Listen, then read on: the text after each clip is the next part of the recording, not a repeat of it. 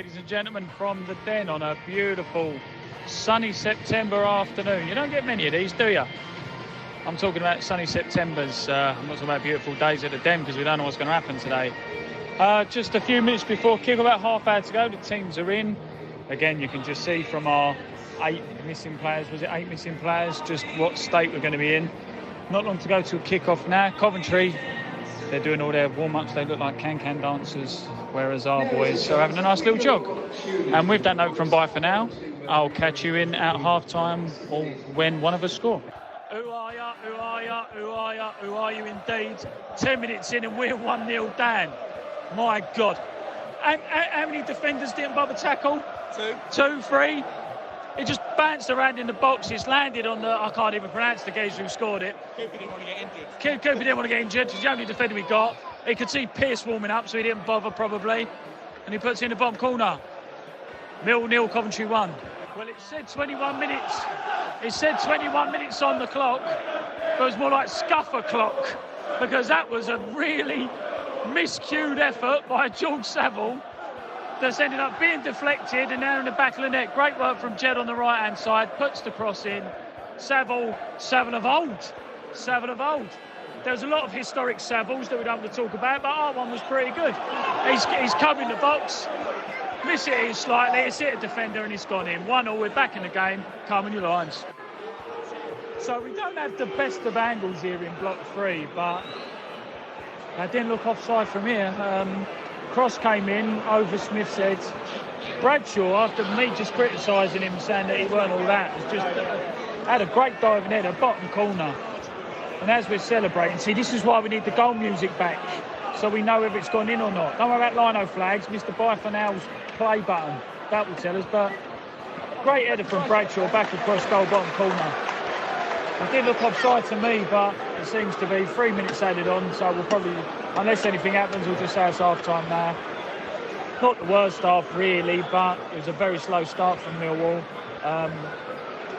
Being 1 down in the opening 10 don't really help me as much, and it seemed to take a while to click into gear, but we picked up slightly, and down the right-hand side we looked dangerous.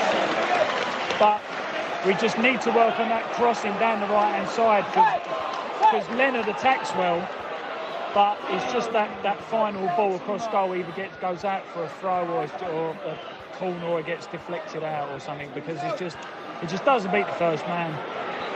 Savills looks sharp, and you can hear from that reaction Bradshaw's not read that well, and that summed up his half, I think. Now they're about to go through on goal. Personal commentator said nothing's going to happen. Good save by Bart. Still 1-0. Just over an hour in now for the game, so the second half thought we played 15 minutes. Definitely much better than the first half, but I don't think that says too much. Ref's getting a few of those cards out now. Some good tackles coming in. Coventry about to take a free kick here, but Millwall certainly looking better than they did in the first half. Not really tested the keeper too much more.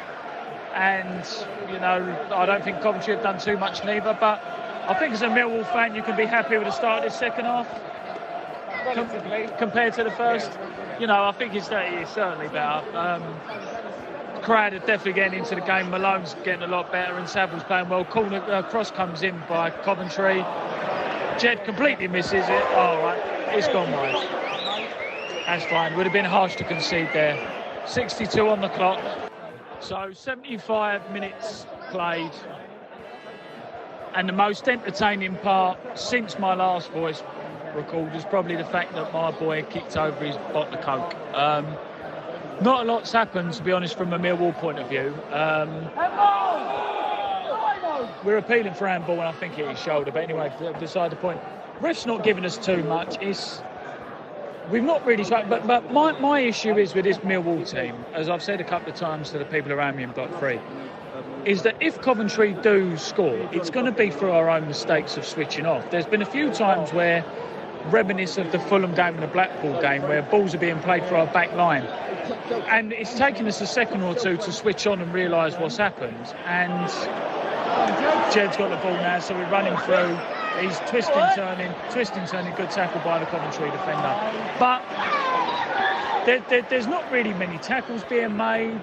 There's a scuffed effort there by Saville. There's not many tackles being made. We're giving Coventry a lot of time on the ball, and there's been a few times where they're running with the ball, cutting it back, and it's basically a poor cross, isn't it, would you say? It's a poor cross that's stopping Coventry scoring. You know, they're hitting their crosses high and long. There's not really a lot else. It's not been great, and I think we need to stay switched on, because that's ultimately what our downfall is. The midfield ain't sharp enough, and the back four are just like, there's a time now where Ballard and Cooper, Leonard should I say, have let. There's a great example there. So Ballard and Leonard have let a player run between them. They know he's there. A cross has come in. They've let him bring it down with his head, and it's only because he's miscontrolled that he's got possession. This really is what this game is. Millwall being quite clumsy a lot of the time. Come on, you Lions. 10 minutes to go. Full-time and then it finishes at Millwall FC 1, Coventry City 1, and it is disappointing. I know that Coventry were in a great position at the start, and I even said to Mr. Ryan Loftus when I bumped into him that I think that 1-1 would be a result we'd take, but not like that. It was really poor, really poor. I mean, neither keeper was really tested all game, so apart from one or two shots, they didn't really do a lot. Coventry, we didn't do a lot really. Coventry played it perfectly how you want to play it, as Nick and I discussed with how Millwall played against Swansea. It was a good away performance from them. They did what they needed to do. They've come away with a point and they've done well. But, I mean, the stats don't lie, do they? I mean, I know you can say that, what's that now, 5 unbeaten, but it's only 3 points from 9, and we really got to start winning. And I know it's such an obvious thing, but you can't be in a position where you're unbeaten in 5 and 4 of them with draws. It's just so bad at the moment, in the sense that if the ball doesn't go through Jed, we have no idea. If the ball doesn't go through him, there's no direction. And Bradshaw, for all the stick I gave him, he tried, but he just weren't just match fit. The substitutions could have been better, and as I said, I think if Coventry were to win the game, it's because we kept switching off, and we did keep switching off at the back. It was only because they couldn't really cross or do anything with it that we weren't punished. Because again, if you'd have had a side the quality of Fulham back down here, I know they lost today, but if you'd have had the side the quality of Fulham, blimey, would we have been in trouble. But let's get these positives. We got a point and we didn't lose, and considering how many players we had out injured at the start of this game, I think you would have took that. So come on, you Lions.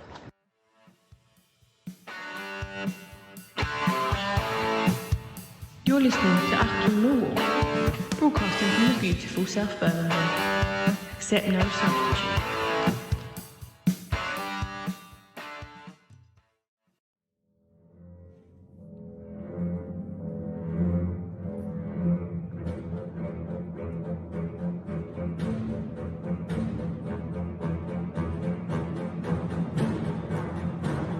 Hello, dear listeners. A little bit late, but better late than never. That, of course, was the theme from Jaws, or Draws, as it's now been renamed, Harry. Harry Warren is with me. How are you doing, mate? Yeah, I'm okay. I didn't realise how I'd feel as we've just started this, knowing that I've got to talk about this in some kind of sort of biased way. We pride ourselves on our neutrality on this show, dear listeners. So, yeah, I mean, my inspiration for that little lead-in was, of course, the internet meme that's doing the rounds of Gary Rowett cast as the shark from Jaws, which I found amusing, and I'll probably continue to find amusing for way too long. Another draw on Saturday, H. A strange game, in all honesty, I found Saturday. I managed to get a sight of most of it, one way and the other.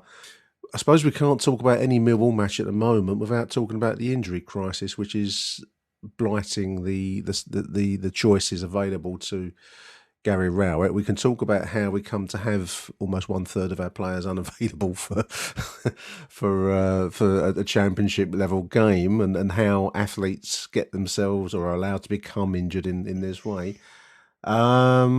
But we're not privy to what goes on at the training ground, so we can't really talk with any depth. But I'm just struck by the numbers and the quality of players that we're lost, are lost to us at the moment, mate. I'm not sure what I make of it at the minute. I think it's all. I think you can generally sometimes just be unlucky, but I feel that our injuries have been worse since Rowett's taken over than what they were worse under the previous regime. This could be through a number of things: nutrition, diet, preparation, the fact that you play the same 11 players for 46 games last season. Well, In a shorter period of time, and then play the same 11 players, barring bringing in George Saville and a Phobie. Saville's not injured, but a Phobie already is. Yeah, I'm trying to be neutral here, but I'm really struggling to find positives. I don't think there are many. I don't think that there is a corner to be turned. I think it'd be wrong for us to. I think it's wrong for him to hide behind the injury crisis, Nick. If I'm being totally honest, because you go back to people with who are much more knowledgeable. Aaron Paul, for instance, was screaming in the summer about our transfer policy. Ryan Loftus of a journalist in his own right is sitting there going, "We haven't done good business." The club, for whatever reason, whether they're skint, whether Gary Rowett's overspent, whether he's underspent, I don't know. But the fact that you, for reasons that we won't go into, decide to let your only fit right back leave, these are all decisions made by this current manager. Bodvarsson is another question. But other than Bodvarsson, I can't really see and why you've got Bodvarsson even on the bench when you're letting other players go out on loan at the same time. Isaac Alofe for a start. I mean, Bodvarsson cannot be better than him. I'm sorry, because Bodvarsson could not score in a brothel in Prague. It would not happen. It would just not happen, right? And it just isn't. It's just he is making mistake upon mistake, and if you're not, it's not a question of whether you want him gone or not. It's a question of, I don't think people are giving him the same scrutiny as other Millwall managers in the entire time that I've been going have got, and I don't understand why. I'm struggling to. I can't get into that kind of headspace that these people are in. I think the reason for that, I mean, we've had the COVID season, so most of us weren't there. We haven't been there pretty much one way and the other until very recently, for about a year and a half. So that takes a lot of heat off of the manager when the football last season was extremely poor. And I think we've all probably, to an extent, I know I have deleted that season from memory, because if you ask me to, incidents and moments, I can't remember a lot of it because it just was so forgettable. So I think that's helped his cause in that way. I agree that the scrutiny is not there. I think all of the things you've mentioned so far, some in passing, some, it's more seriously than others, but it's a fact that we won't exactly be sloshing around with money by Millwall standards are always low. And I think the COVID season, like many other clubs, including Coventry, who we played on Saturday, and others that, Aaron mentions Luton, often when he speaks, and there are other teams in our division that will also be struggling with no fans. So we're not alone in that. We're not alone in having players who have been through COVID or have had family members exposed to it. And, with everyone listening to this show will know about that, the amount of pressure that's brought. So there are many reasons as to why that the club is in this lull. And I think that's probably the best description I can give it, Harry, because we're not playing poorly. We're playing aimless. We are in moments when we concede the goal on Saturday. I thought that was an appallingly poor goal. Like we've had other goals this season, where we've given time and space to opponents and they've run through us. And there was the run from midfield from the player, and then they found that the forward inside our penalty area, and he's held. I suppose I don't want to touch him and concede the penalty, but anyway, he's held players off and got the shot on goal. Poor. That's got to be better, isn't it? There were 6 or 7 of those Coventry players that I just literally was like, I would really like them in. Well, they passed and they moved, Harry. They passed and they moved. This is a thing. Football's a really, really simple game. Is if you pump a pass into somebody at pace and you put it back into the place where you just make triangles, right? And the third person runs. Football is really simple. Arsenal basically set a style up in the Premier League of doing that, and basically are still the only team to go invincible in my lifetime based on that style. It's very, very simple. It's very hard to get players to do that. And this is what I'm saying, that the rebuild job of Gary Rowett to take us from a Neil Harris side to a Gary Rowett side was a side that was a building job that relied on time and money. And unfortunately, through COVID, I think they've run out of money. And I think that Gary Rowett will rapidly be running out of time. I feel that, by the way, I will say this now. If you're going to the Carabao Cup tomorrow, you're glutton for punishment, and congratulations to you all.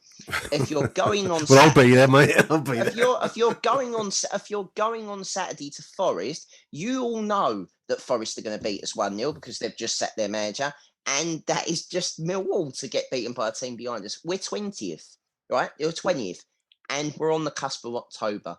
You got to say on Saturday, Harry. You got. I mean, luck plays its part in football. Every football match ever been played has featured luck and bad luck, and the other side of the same coin. And we got a genuine goal taken away from us on Saturday. We did, but we didn't deserve it. Well, I thought we clawed our way back into a half that was rapidly getting away from us quite well. Towards the end of the half, we got the equaliser. That was a good goal from Saville, albeit with the same luck that took the other goal away from us, got the goal that equalised, because it was a deflection that, fortune played its part there in getting it into the net. But I thought we did well. I mean, I sometimes have found myself, I don't know if I've actually have questioned the team's character or whether I've, gone close to it. But I do believe that this 11 that was named on Saturday had Matt Smith up front and Tom Bradshaw as a kind of a sidekick for him, and Saville and Keith and Beld in the middle. I mean, I do think that they did well to get themselves back into a game. They did well to get themselves in front, and should have been deservedly in front at half time, but for refereeing. The second half, I didn't think we did as well. No, I mean, I think the second half was awful. It's lack of consistency, Harry. But I also think we're running players into the ground. This comes back to Gary Rowett for me, because he clearly doesn't favour Conor Mahoney, who's one of the few creative players we do have.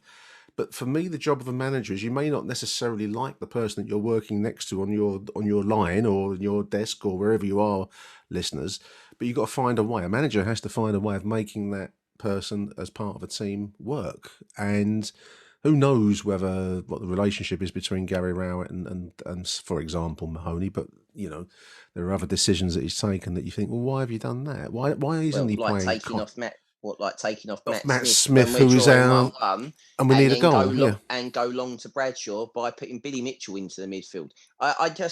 That's questionable. To say the least. Diplomatic. I mean, literally, what is the point of naming John Daddy Bob Varson on the bench? If Millwall need to raise funds, maybe they could raffle off a bench spot to some bloke. Like, remember we had that Lions Club during the pandemic where he got you. They used to have that. A fan could buy a squad number, couldn't they? No, I'm not. I'm saying let's take it one step further. I mean, name himself on the bench. Oh yeah, because they're not going to get picked anyway. I mean, they can have Ben Thompson's fucking shirt number, because he's never going to get picked either. No, he's not. He brought Mason Bennett on to play up front, which is never as a 9, and that's never worked either. It's just, he does the same thing and gets away with it. It's just such a fucking pain in the arse, because he's not quite bad enough to get sacked, but he's not good enough to get us anywhere. So it's literally like watching football in purgatory. It's clear to see that the players are frustrated. Now, I don't know whether they're frustrated at the situation that they know they could be higher, or they know they should be getting better results, or they're frustrated by basically being asked to play with the handbrake on all the time. We can't fucking defend. We'll never score more than 1 in a game. Even when we do, it gets disallowed. Well, the goal scoring is the issue. I mean, I think the defence is... I thought Bradshaw had a great game, by the way. Yeah, I agree. Yeah, I was just looking at the team lineup. I generally think that that Bradshaw is 1 goal away from gaining so much confidence. And generally, I thought this on the game against Swansea. I thought that in the first half, he chased everything. He did look like a lost puppy at times, but he did chase everything. A very Lee Gregory type performance, which if you're not going to score, if you do the work, I'd rather that type of striker than a Zahor that doesn't really score and he's a lazy cunt. I'd rather doesn't score but does the work to press and so on and so forth. The fact is that he was trying to do all Matt Smith's running, and sometimes Matt Smith put headers into places that Bradshaw should have been. He didn't get it. There was other times where Bradshaw dropped into the midfield as sort of a 10 role. And but that partnership comes with. I mean, they're probably not going to get a run because that thing that you've said there about he was in the wrong place from the knockdown from Smith. That's what you build with a partnership, and Morrison and Gregory built a partnership where they almost instinctively knew what the other one was going to do. You say it's a good idea to play 4-4-2, Nick. Don't mention 4-4-2. I've never been against 4-4-2. I mean, it depends. You can't quit 4-4-2 anymore. You have to quit 4-4-1-1. 4-4-1-1. Then I love 4-4-1-1. Yeah. You're not allowed to quit 4-4-2. You've got to be trendy. When Rowett thinks he's Pep, when really he's fucking, I don't know, he's fucking some form of Peckham. But to be serious, I mean, it's so fucking frustrating. What struck me, this is the thing. I'm just looking at the starting 11 on Saturday, and just to read them out without labouring a point. Bielkowski is in his own zone. He's undroppable in my opinion. But if you go through the back line, Ballard, Murray Wallace, and Jake Cooper, that's a good back line. Midfield, not bad. Ryan Leonard, Michael Kieftenbelt, George Saville, Scott Malone. That's pretty good midfield. Fine. Leonard isn't a right wing back. No.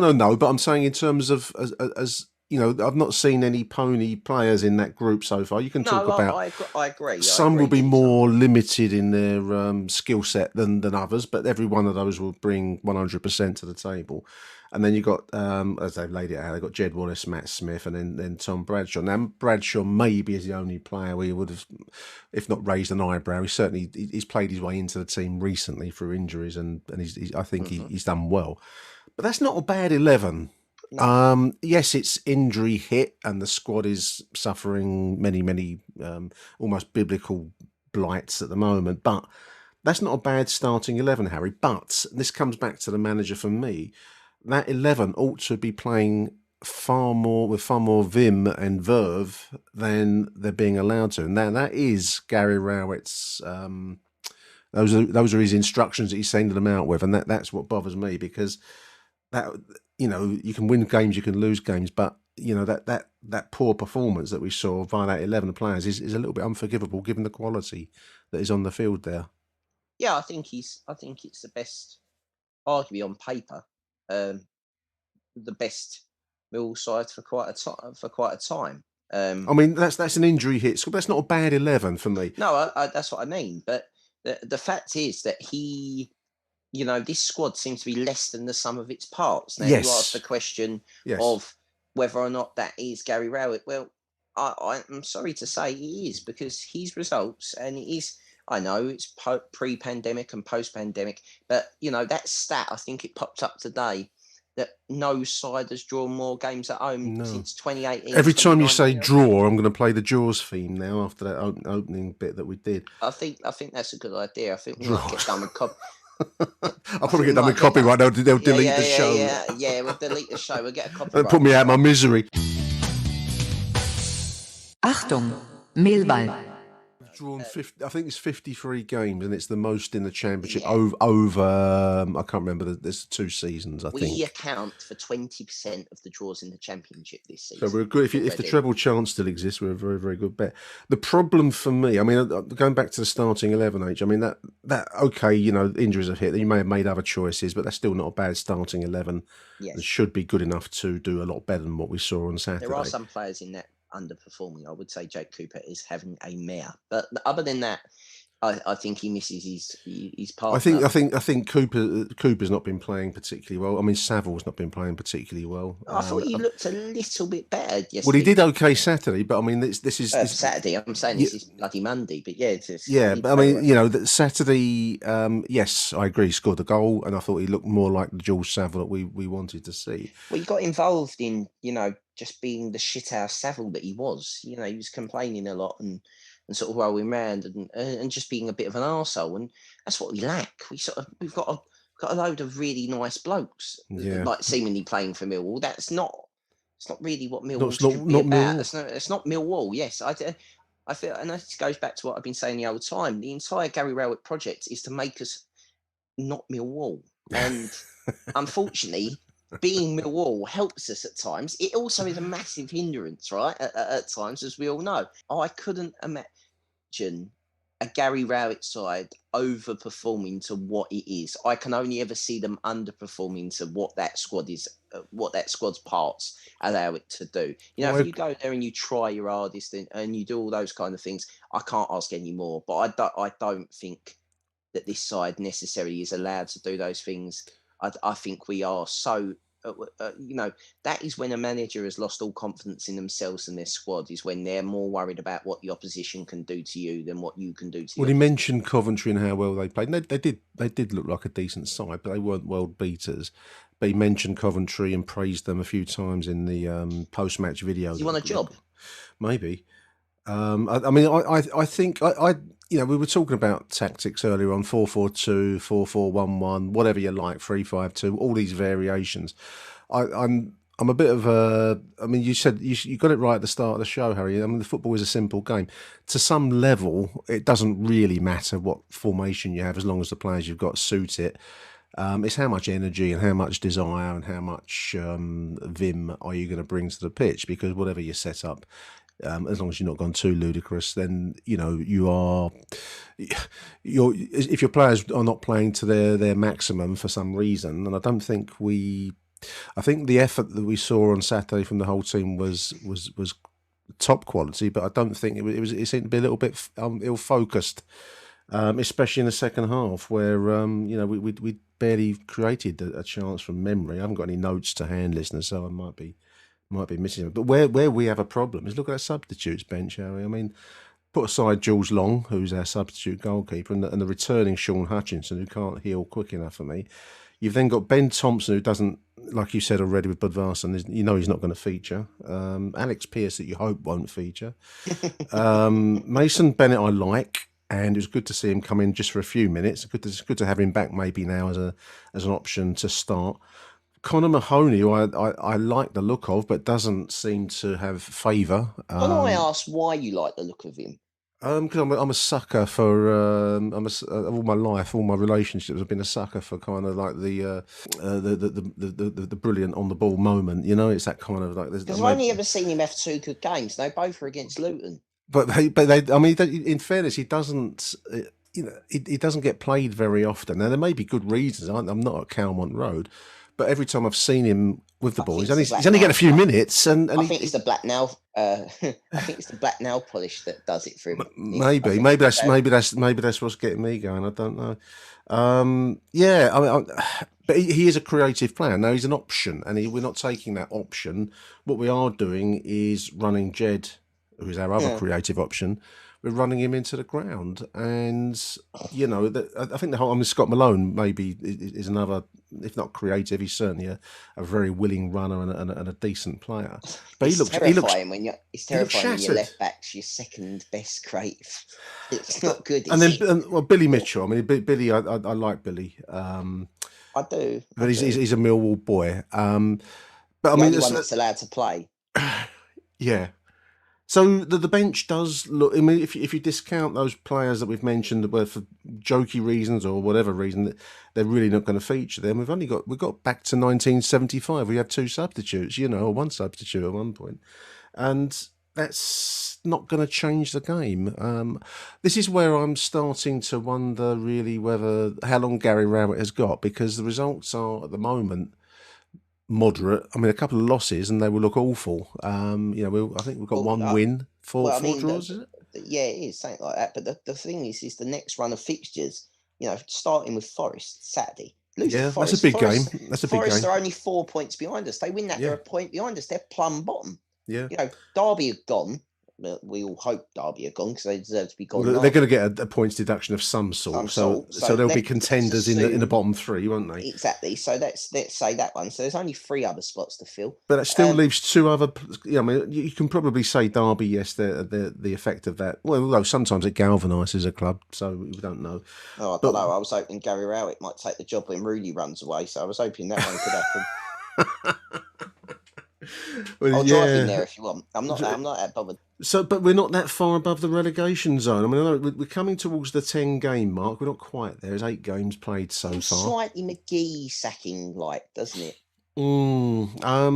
Just the banality of this is going to end soon, and it's best for all parties. If it happens quicker, then maybe we think. I mean, it's a 46-game program, but we are coming towards. We're on 8 played so far, listeners. So we're approaching the quarter mark, and at the quarter mark, generally, you can start to look at the table and see who's going to be at the top, contending at the top, and who's going to be contending at the bottom. And at the moment, we are contending near the bottom as we approach the quarter of the season mark. So that is worrying. I think the most worrying statistic is that we've mentioned it a few times. We've made the joke out of it with Jaws, but it is the fact that we can't win a game for toffee. Played 1, drawn 5, lost 2 is not bad, but it's you can't keep drawing like this, and this is what we're doing at the minute. So I don't know. I mean, I do fear for this season. I mean, we have players becoming available. Gary Rowett was saying, I think he said Afobe is training again as of today, Monday. As is Danny Mack, and Hutchinson was on the bench on Saturday. So we're starting to see some chinks of light. But I am fearful for the season, and if we're not going to start scoring goals soon, I'm hoping this Ojo is recovers from this mystery illness, whatever that is. I don't know what affliction struck him down, but. There's a thing. Obviously, someone's cursed Calmont Road. I don't know what a curse. Maybe there was a legend apparently when Zampa Road was constructed that the ground had been cursed by a gypsy at some point in the past. So possibly it's that. I don't know. We might have to get an exorcism done or something like that on the ground. What was the one that Barry Fry did? Where's Father Beeman when you need him? Didn't he go and piss in all 4 corners? Oh dear! Well, I'm hoping that the returning talents of Afobe and Ojo, I think they are good players. We were unlucky not to get the win from Saturday. I'm hoping that Lady Luck will smile upon us and that better times are ahead. Also, a bit of cup glory. We've got a cup game on Wednesday night against Leicester. So if today's show has raised any issues, then I will put the Samaritans number on the show notes for you, dear listeners. Huge thank you, Harry, for taking time out of your Monday night, mate. We'll see. I'm going to go down there Wednesday. I haven't been to football for a little while. I don't know if I can bring myself to go and watch it. Achtung, Millwall. Sherry Scalak here, waiting outside South Bermondsey tube station. Oh God, it's just so flat at the moment. I've never seen that reaction. Firstly, when 4 minutes comes up, no roar from the home crowd, because there was just a sense of we were never going to score. And at the end as well, no one clapped, no one booed. We were just all relieved that we could go home. And I think that is the real issue that we've got at the moment. I think there's big problems. I know we've got a lot of injuries, a lot of issues, but there were some strange decisions today again. I mean, Matt Smith played very well. He won every header. He was doing everything. And, he takes him off and brings on Billy Mitchell. Billy played fine, but, then you've lost that key person who's actually been causing them some problems. After Smith came off, it was so obvious we were just never going to score. Coventry actually, I know they've started the season very well and we've got a depleted squad, but they didn't look very good today. I think we could have won that if we'd have gone at them a bit more, had a bit more creativity going forward. You've got players you bring on, Mason Bennett, you bring him in a position he's not really been playing recently, he's not fully fit, he didn't really know what to do. Mahoney looks like he don't want to be there. It's just flat. Another draw. And it goes back to what we talked about many times. It's about knowing your audience, and the audience at Millwall wants to be entertained. We want to be going at teams, even if we lose the match, if we've had a few chances, we've gone at them. We'd rather that than these drab draws, and it's another drab draw today. Leicester on Wednesday, I'm not bothering to go. I hear Leicester have sold out their allocation. I can't be fucked to watch more of that. And the Carabao Cup, Nottingham Forest away is a big game on Saturday. We need to win there. I think they've won today under Stephen Reid. We'll see. But yeah, it's flat. Something's not right, and we're back to where we were a few weeks ago, I think. Go on, you Lions.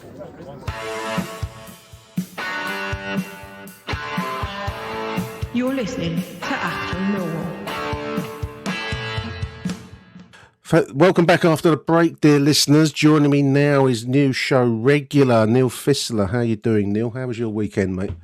Yeah, not too bad, mate. Not too bad. It made a change to be in London for the first time in a year and get to see a game. It was just great it was just great to be back and to see so many old faces, if you like. Absolutely. I mean, I wasn't at the Den. I was away for the weekend, but I did get to see the game. We've already spoken to Harry about the situation at the Den and what we might call the last judgement of Gary Rowett. I don't know if we put it in those terms, but we were just speaking off air, Neil. I mean, you don't give him long on current form and on current performances. Is that a fair summary? Yeah, let's be honest. This is probably one of the most talented squads we've had for a little while down at the club. Absolutely. And he just isn't getting the best out of them. Okay, we've had a fair few injuries and players don't look fit, but that aside, we don't seem to have moved on. The football that he plays is woeful. It's awful. It's defensive. It's easy to work out. Teams take one look at us and they know how we're going to set up. And we don't deviate from it. It took him an hour the other week to bring on a couple of people, didn't it, and to change things around when everybody could see it was crying out for it. It took him half an hour and 3 goals against Fulham to figure out that they were tearing us apart. Yeah, and I just think we're just predictable. It's a shame. Yeah, it's a shame because when Gary Rowett came in, you thought, brilliant, we've actually got a decent name manager.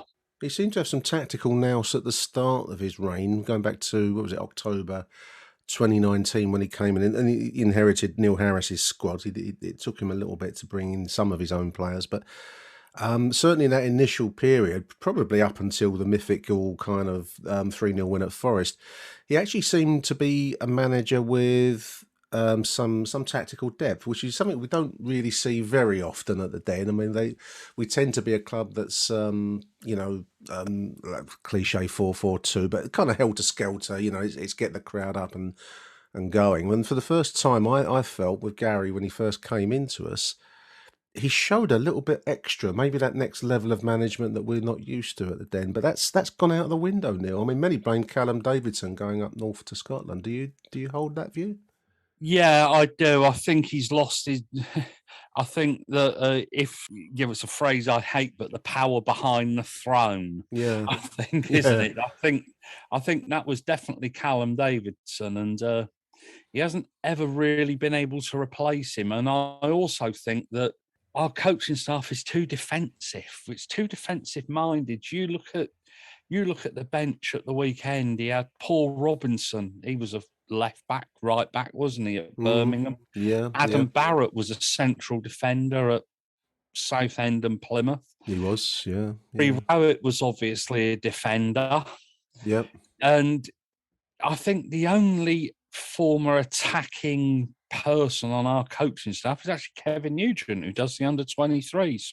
Paul Robinson, the other Paul Robinson. Yeah, another central defender. There's just no attacking nous in there, and I was saying before the game on Saturday that he sets up not to lose a game rather than to win a game. Well, I know that's a silly thing to say, and people will say, "Oh, he's losing his mind," but it's true. He sets us up so we don't get beaten rather than going out to win a game, and I don't like it. Playing 3 central defenders at home is criminal. It's strange. I mean, I managed to get most of the game on Saturday, one way and the other. But what struck me was we had the the injustice of the goal that was taken away from us bang on half time, and it was a wrong decision, and we all know that. Absolutely wrong decision. But for me, I mean, historically, Neil, and you go back a way as I do. Historically, on the back of an injustice like that, a goal's been denied us when we need a result. The Den would have been on fire in the second half because of that injustice. The great managers of the past would have got that team fired up, going forwards, brought the crowd into play because it becomes a massive weapon with that burning injustice on everyone's mind. The referee's now the panto villain. But the second half should have been a cauldron of intensity, and it wasn't. And that, for me, is where either he doesn't understand Millwall Football Club, which is quite conceivable because he's not a Millwall man, by upbringing, or he just doesn't have the tactical nous to know that is a weapon that get the team going forwards. Get the wingers coming. I'm not going to bang on about Conor Mahoney, but get someone in that's going to make something happen. And that didn't happen. And I thought there it is. It's that lack of Den fire in the second half that did it for me. Yeah, and also I think, you mentioned Conor Mahoney, but he's one of the few attacking-minded players that we've got. Yeah. I agree. We do like our wide players. We do like our players to take people on, don't we? And to go past them, to whip a ball in the box. And to be honest, I thought at the weekend, Ryan Leonard gave the ball away a little bit too much. I know that people have disagreed with me, especially on Twitter, on it, but I thought he wasn't at his best. But he isn't a wing back. Christ Almighty, the guy's a central midfielder. Neither are, Neil. I mean, Billy's not. No. Neither's Ryan Leonard, but I like both players in their different ways. But and for reasons that we won't touch on, Marlon's moved on. And we don't. And Danny Mack is injured now. Hopefully, we're going to see him back in training. But that's started going under the bus syndrome. We take Danny Mack away from us, and we're back to make do and mend, aren't we? Which, I mean, the injury crisis. I don't know. I mean, bad luck plays its part in football. We all know that. But you have to wonder whether players are being run into the ground. I do worry for Jed. I mean, he looks spent at the end of each game, which is not ideal for the one creative outlet that we're really going to be playing every game. And there's not much else to replace him, unless we're presuming that Conor Mahoney is just not seen as he's not seen as a starter. He's not seen as an asset that we're going to use on a regular basis. So, we're running on nothing, as the phrase goes at the moment. Yeah, exactly. And the other, Junior Tienza, I think he's sent out on loan, isn't he? Tienza's gone out. Alofe's out. And the lad that went up to Hartlepool then got injured. Name escapes me at the minute. That's Tyler Bury. Tyler Bury. It's what's that? Alofe, Bury and Alofe, both attacking options, young attacking options. Historically, again, without dwelling on the past, that's been Millwall's strength. We play the youngsters, we give them their blooding, and we give them their blooding, and that's how they make progress. But we're not doing that. I was just looking at the figures before you and I came online this morning, and I mean, Gary Rowett's figures are not that bad in terms of win, drew, and loss since he started with us. 2019, he came to us. So he's played 96 games, going by the Mill History website for these figures, 96 games, league games, I guess, 36 wins, 33 draws, and 27 losses. So his winning percentage to be All-American is 37.5%, which isn't bad. Yeah, but that's not bad, really, considering the the level of football we're playing at. Yeah, but let's be honest, we are playing in the Championship, aren't we? And he has made us very difficult to beat. We are difficult to beat, and you've got to compare it and contrast it with. I mean, I'm discounting Holloway because I've included these numbers just for comic effect, but he had a winning percentage of 22%, so that's that. But Neil Harris, 41.6% games won, but played at a lower level, which I think is probably the crucial quality. Exactly. Yeah. I mean, Dennis Wise, I won't flog this point, listeners, but 96 games played for Gary Rowett, 89 games by Dennis Wise managed, 36 wins, same as, 24 draws, so slightly less draws, but lost 29. So similar figures as Wisey, but I'm not sure that Wise is thought of in quite the same downbeat way as Gary Rowett is at the moment, obviously, because he took us to the cup final and took us to Europe thereby. But, he's on a par with Wise in numbers terms, at least. Yeah, I just think it all just boils down to the fact that football's an entertainment industry. And we're not being entertained, yeah? No, we're not. Yeah, but let's be honest, yeah? Personally, I thought that Saturday was a good game. I actually really enjoyed it. And end to end, yeah, I agree. And I think part of that is you actually enjoy it more when you're there than when you're watching on television, because there's distractions, even though you're talking to mates and that. Yeah. But you see more and you feel it. You can't beat being at the game, and Millwall more than any. But when that goal was disallowed, and wrongly disallowed, it was unbelievable. It was more official than corruption that did that, and I don't care if he wants to sue me. Bring it on, son. And we'll find out that you don't really know the laws of association football. Yeah, well, they clearly don't. No, neither he nor his linesman. But anyway, bloody Keith Stroud, small man syndrome. He had a chance to actually overrule him. Yeah. Because he saw that the ball, what's Matt Smith, 6'8", and the something ball like clearly went over his bloody head. Couple of foot over his head it went, didn't it? So it was about 15 foot off the floor, this bloody cross. And it was a lovely header by Bradshaw, absolutely superb header. And then the bloody flag goes up and you think, hold on a minute. And the worst thing was Stroud obviously had an idea. Yeah, it was a goal because he went over to him. That is always a telltale sign that the referee doesn't immediately agree with the decision. Yeah. So he goes over and he had a chance to say, no, actually, I saw that and I didn't think he would, because Stroud would have had the better angle. I agree. A lot closer. But it's just small margins like that. We need some wins.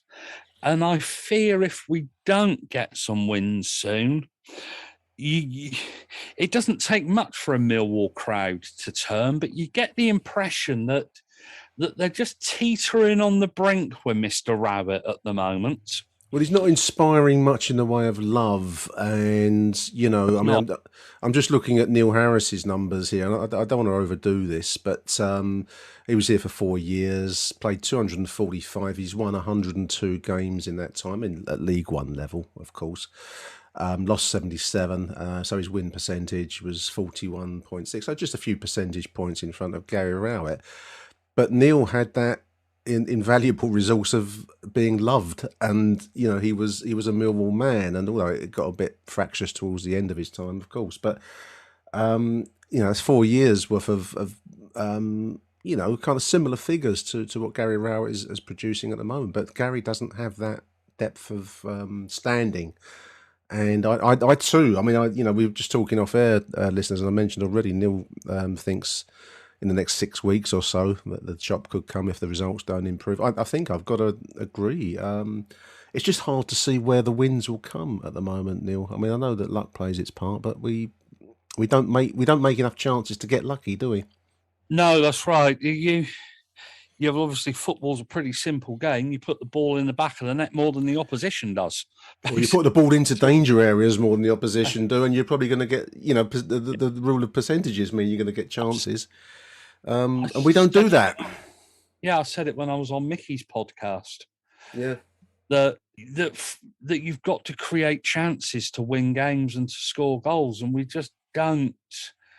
We run out of ideas. We have a fair bit of the ball, but it always seems to go sideways or backwards, or there's not enough direct running. And There's when no the ball, impetus, no. yeah, and when the ball does go into the box, it seems to come out the box just as bloody quickly.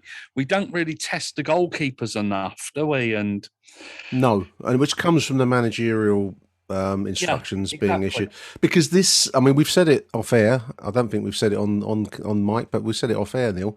And I agree with you 100% that this is a decent Millwall squad, probably one of the best we've seen for a long time. This is a really, really good, talented Millwall squad. Yeah. You look at it, but we've got players hopelessly out of form. Jake Cooper doesn't look the player that he was a year, 18 months ago. No. Scott Malone was outstanding last season. Yeah. Didn't really do it for me at the weekend. I wonder whether they run into the ground. This kind of constant effort on behalf of a system that you don't believe in. This bloody defensive effort, yeah. Jed Wallace, everything has to go through Jed, and he doesn't look the same player. No. So you have to wonder: is this the manager to get the best out of these players? Well, there it is. There it is. That's the question, really. And I'm increasingly starting to wonder whether Gary Rowett does have the does have the ingredients for it, because we're not seeing it. We didn't really see it last season, did we? Last season was very, very poor. And this is just a continuation of it. Really? Yeah, from the time we've come back from that Nottingham Forest game, it's not been the same. No. Yeah, well, I know he had COVID, and I don't know. Yeah, well, they say that long COVID and things, is that an issue? But I think it boils down to the fact that he lost his brain. He lost, he lost Callum Davidson, didn't he? Oh, in that sense, yeah. No, I see what you mean. Sorry, Well, that was a long COVID, wasn't it? Yeah, but that was just me looking for a little bit of clickbait on the podcast. Well, we'll use that. We need some clickbait, listeners. I mean, Davidson seems to be the point at which things have changed, and we've said already the quality of the squad is there. So it's really whether Millwall will pull the trigger if the results don't start to come our way. We don't have a history really of sacking managers until it's almost got to be strangled out of us, isn't it? Yeah, but that was going to be my point. If you actually look at it, John Berylson doesn't sack managers without good reason. No. Lomas had to go, because it was just a completely disaster. toxic. Yeah. Kenny Jackett had run his course at the club. Well, he decided to go as well, Neil, didn't he? He wasn't sacked. He had enough. Kenny Jackett had run his course, so I think that was a natural conclusion, wasn't it? Yep. Hollerworth shouldn't ever have been appointed in the first place because the man's an idiot. Yeah, and he was sacked, but he was sacked at the point of death almost. It wasn't.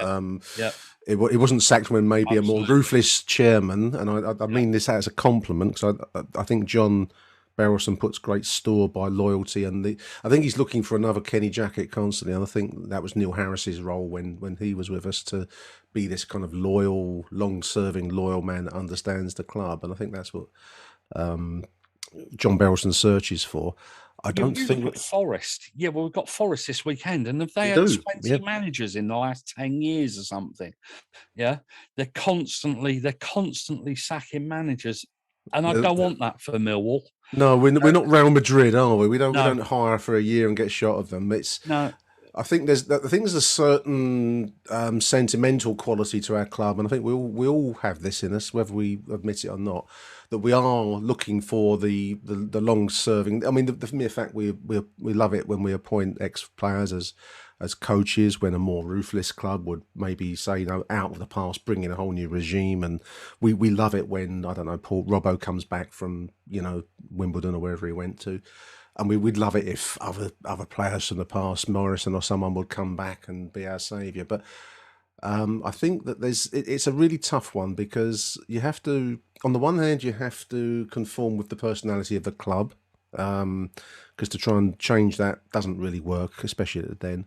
But on the other hand, the early Gary Rowett impressed me, Neil, because of those modernist kind of qualities we saw, where we were tactically sound, and that's something we don't tend to do very easily. But I do wonder, we're not Brentford, are we? We're not going to start playing a kind of a continental format of game. It just doesn't seem to be us for reasons. There was a very good. The question was asked on Hoff at the weekend, and I happened to glimpse upon it. Yeah, is Gary Rowett as good a manager as we can hope for? That's the thing. There's a question. Get rid of him. Yeah. Who do you bring in? And it's a very good question. Well, you have to think that probably Gary Rowett is as good as we're going to get in terms of a name manager. Well, a name manager, yeah. In terms of a name manager, I'd agree with that, because otherwise you're looking at the various old lags that do the rounds, aren't you? I mean, and we don't want that. We don't want the likes of Pulis and no. Yeah, well, even though he would probably get the best out of this squad in a short term, there's a merry-go-round of managers, isn't there? Steve Cottrell and people like that, and you don't want that for Millwall. Bloody Steve Evans, although he's probably not at our level. And no. But you're right. There is a merry-go-round of the same old names, and Houghton, for instance, he would have been a manager, but then again, I think at Forest, but it's the same old. And so, should we look, therefore, just as a way forward? I'm going to presume that Gary Rowett's going. I mean, I think that might be a leap. And I mean, a few wins might make the world look a different place. I don't know, but it's hard to see at the minute. Although players are returning. But anyway, let's go with the notion. I mean, if we did get rid of Gary Rowett, would we then be best placed to look for an unknown name, someone that is coming in from lower down the leagues, non-league, League Two, something like that? Would you bring back Steve Morrison? There's a question. I mean, a big call. I know he's quite highly rated in coaching circles. He understands the club, Neil. But he gets us, as they say on. He gets us, whatever that may mean, and you can pick and choose. I mean, it's a hard call in all seriousness. I suppose what I would have liked is for Gary Rowett to have remained that Gary Rowett we had at the start of his reign, rather than the one that he seems to have mutated into. Yeah, I think that I think it needs somebody at the club to say to him, "Look, Gary, come on, mate, you're starting to lose them here." That should be Steve Kavanagh, who's like the man on the spot, isn't he? I mean, John Berylson is a remote chairman, and again, don't mean that in a derogatory way, but he's based in Boston, and that's he can't be on hand. So the only person that's going to sit above Gary Rowett to say kick ass if you want is Steve Kavanagh, and I'm not sure that Steve Kavanagh gets us. No, he's a West Ham fan, isn't he? After all, let's face it. Well, he's an administrator, and I think he's probably a very good one. I don't knock him; he's a good accountant and so on. But it's to be in charge of he's not a football. He's an administrator rather than a football man. If you it's a strange thing to say that a chief executive isn't a football man. But I've never had any dealings with Steve. This is not. I'm not knocking him. No. I'm not listening, or Steve is listening. It may well be. It may well be. I would if I was in charge. But anyway, he may well be. I think it just needs somebody to. It needs somebody to plant that seed of doubt that he's starting to lose it down there. I mean, You made a good point earlier on about the playing of the three centre backs, which is seen as the modern style, and maybe it is, maybe it isn't. I'm not a tactician. Oh, fuck Pep Guardiola. Fuck Pep Guardiola. But at the Den, I mean, you can do that away from home where you can contain, and we've had some decent results. Some of our best results have come away from home, but he clearly hasn't got the Den nailed. He doesn't understand what it needs, whereas I still believe that Neil Harris did understand the Den. That was his theatre. And you need to get the ball in the box. You need action. You need dynamism. You need to bring the crowd on side, which is maybe because he's an outsider, Gary Rowett, I believe, and I think maybe even sometimes Steve Kavanagh is an outsider to the Den. Bring the Millwall crowd into play feels like a very dangerous thing, doesn't it? It's like riding the life of Pi. You're riding the tiger. You don't know where it's going to go, and I think the lack of understanding is that none of us know where it's going to go either. That's half the problem. Yeah, but the pies start flying at the linesman and the bottles. Sorry, yeah, no, that's not to encourage. Well, we all know. I mean, no, we don't encourage that. Don't do that, kids. But we all know how it works. But I think that you've got to bring the crowd into play. That's our weapon. That's what it is. Yeah, but when the Den's rocking is when we are at our most dangerous, and we haven't seen that for such a long time, Neil. And it's a great amphitheatre, isn't it? When Millwall, when the crowd is really roaring, and I just don't see a Gary Rowett team being able to do that.